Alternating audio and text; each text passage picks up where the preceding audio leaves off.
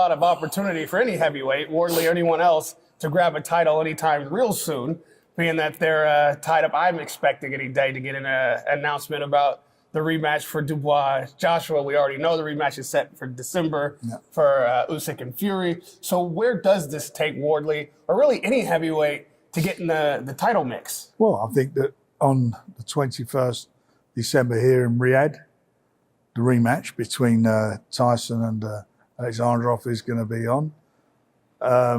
Then the governing bodies are going to be asking that those belts be have their mandatories. It'll be the next mandatory coming in, and they'll be all mandatories one after the other. So who knows what's going to happen there, whether they get fragmented or not. Daniel, he'll be fighting in February. I don't know who he's fighting yet. We're working on a couple of things. Then that'll be done. So that means those guys, the two winners of those the respective fights, will be not probably out again till May, maybe June. Right. In the meantime, Fabio will want to be out. Mm-hmm. And the others are going to want to be out. You know, all the guys that we got, you know, Zhang, Big Bang, he's going to want to be out. Joe Parker's going to want to be out. Caballero's going to want to be out. All of them, Moses. So it's, and the reason they're going to be fighting is because all these mandatories will come up, or maybe, and who knows if the belts may even fragment again. That I can't gaze into that crystal ball. But one thing's for sure, who's ever up there being a mandatory in all these different governing bodies, they're going to get a shot at the title. So everybody's going to be jockeying to get into position. And there may be some voluntaries, and there may be some final eliminators.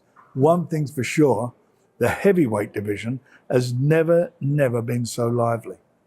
Never so lively. We've got a big fight lined up for Derek Chisora in London, which is going to be a really, I think, people are going to, in Manchester, people are going to buy into it. It's going to be a very good fight. Joe Joyce wants to come back. You know, I don't want to be, I'm missing anybody's name there, but all of them all want to be out there. We've got David Adelaide fighting against Solomon Dakers in a couple of weeks' time. So it's just exciting times, really exciting times. Who's in the queue for Chisora? I've been trying to sort out what the... You go and lay down in your bed this afternoon and don't overthink it. Run through all those names. Okay, all right. You know what? I'll tell you guys in the morning. I'm gonna give this one a think. Lastly, I gotta kind of reframe the way you look at this heavyweight top four, because these four guys, they have relationship with each other. They're still kind of like a final four, if you will, because of the rematches, because of the past fights, and then, but also because of the nationality of three of them. We got three British fighters, all of which, and I know you dispute one, but all of which have been beaten by this Ukrainian. He's been the bogeyman for us. Exactly. He's done it. He's the number one guy at the moment. You know, so Tyson's got to go out and, not just for Tyson, for good old Blighty, and go out there and do the business and bring those belts back. And if he beats him, then Britain, I mean, we may not rule the right waves anymore, but we certainly rule the rings. Now I've had myself a little nap, kind of like the one I'm going to have when I figure out who Chisora is fighting. And I thought to myself, you know what? If Fury comes through, of course Dubois would want undisputed, but I think that you would make Joshua Fury and Usyk Dubois. That would be... I haven't got a problem with those fights. Right. They're good fights. You know, winners and winners, losers and losers, or whatever. Whoever come through, I think Tyson will come through. We'll see, but I'd certainly think that's a good permutation. And then the winners fight each other. Yeah, see what happens when I have a nap? I figure things out. There you go. That's it. Make it 80 winks next time. There we go. The thing is with that Usyk fight and Daniel, I'd love that now. It's a different fight. How do you think it's... Because, I mean, Usyk's had no lack of success in the interim either. So how does that fight change now? How does that fight change? Well, first of all, he's got to beat Tyson. And will he do that? You know, we'll find out on the 21st. I've got my views. I think Tyson will prevail, as he should have done in the first fight. And again, that was a close fight. There was nothing in that fight. It was a split decision. People had their views who won, but next time round, it will be it'll be decisive. It's a bit like the Fabio Wardley situation, isn't it? It's quite decisive, that rematch. I don't think it'll go one round, but I think it'll be an exciting fight, and I would win, lose or win. Hopefully, as I said, it's a loss. But even if he loses, I think that Daniel and Usyk is a big fight. Still a big fight. Is there any chance that if Tyson does come through, that we end up with 3 of these Usyk Fury matches, which would change the dynamic? The first fight was a great fight, wasn't it? Mm-hmm. It was a great fight. I mean, it's the fight of the heavyweight fight of the 21st century. It was so exciting. And if the next one is half as exciting, we'd be happy. If Tyson comes through and there's a third one, they're exciting fights. I mean, that's the business we're in, delivering exciting fights. Some of these trilogies are great stories and great fights. And I don't think Tyson and Usyk will ever disappoint. Are you expecting Tyson to have a bit of a different approach to this fight? And what I mean by that, there's a little bit of showboating in the first fight. It was a fight of 2 halves, really. The first round Usyk won, and then after that, I think Tyson won most of the rounds up until the 7th, or to the 8th. And the 8th round, when he got hit on the nose, it changed the fight a bit. I don't know. He lost his focus. He was touching his head and nose, and he said that it was like a nerve pain, whatever it was. And obviously, the next round was a quite big. That's the fight. That round was what the judges, or one of the judges, made Usyk the winner. If that round hadn't have happened, even if it had been a draw, then Tyson would have won the fight on the cards, according to the 3 judges.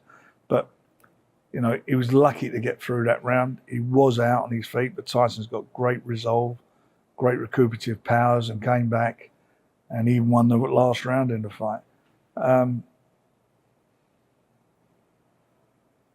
If he does what he does in the first half of the fight without the showboating,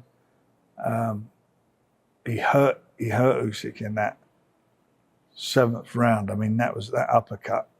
Yeah. His legs went, and I was surprised how he came out the next round, as he came out flying, if you remember, didn't he, in that round? So if he can focus on that, he'll come through it. But who knows what the fight's taken out both the fighters. It was a grueling fight. It was a tough fight. So it'd be interesting to see, they've both got great boxing brains. They both have watched that and probably both of them say, if I'd have done this differently, I could have won it on a bigger margin, or if he realized I wouldn't have lost the fight, I'd have won it. According to the judges, they'll look at it all day long, but it's, can you implement it? Where are you now with your bodies? What's he, 38, 39 now, Usyk? Tyson's 36, and Tyson's been in some tough fights as well. What's there? That's why it's such an intriguing fight. And it will be a great fight again. Yeah, to your point, some people speculate that those Wilder fights might have taken something out of Fury. They were tough fights. They were very tough fights. I mean, the one thing about Tyson, he's not had a lot of fights. He's not been a heavyweight that's had like 4 or 5 fights a year. So he's not really done that. So not miles on the clock. But in the last couple of years, he's had some wars. Again, you look at the fights with Wilder. The first one, I thought he won it, but it was a draw. But it was a bloody competitive fight, exciting fight, and he had to overcome a couple of knockdowns. And certainly that one in the last round was a big knockdown. The next fight, he got his tactics spot on and done a job on him. Absolutely destroyed him. And then the third fight, all-time classic. Do you know what I mean? I don't think people give that fight the credit it deserves. That fight was probably the best heavyweight fight I've sat at a ringside and seen. I say the same. It was such an unbelievable competitive fight, and the guts and the everything. It had everything. And I thought Tyson was going to win that fight easier. I got that wrong. But so that they get to know each other, don't they, with these fights sometimes, and that's what you get. So, these two guys, as I say, Tyson and Usyk, two very smart operators, two really good consummate professionals. We're going to get something special. Well, whenever I sit down with Frank Warren, I always get something special. This is no different. It's a great close to another great week of tremendous fights, a ton of action, so much to look forward to. We'll be back here again in almost no time, but even back in London, we'll be having great shows on. We'll be back in London for some great shows, and we're going to be back in Riyadh season for some spectacular shows. This is the capital of world boxing. Radio Rahim from the capital of world boxing with the captain of not only the 5v5, but the heavyweight division right now, Frank Warren.